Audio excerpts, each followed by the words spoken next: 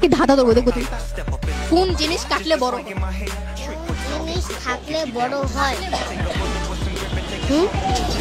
কোন জিনিস থাকলে বড় হয়? কাটলে আচ্ছা, আমি তোমাদেরকে কি ক্লু দিয়ে দিচ্ছি, ওটার ভিতর পানি থাকে।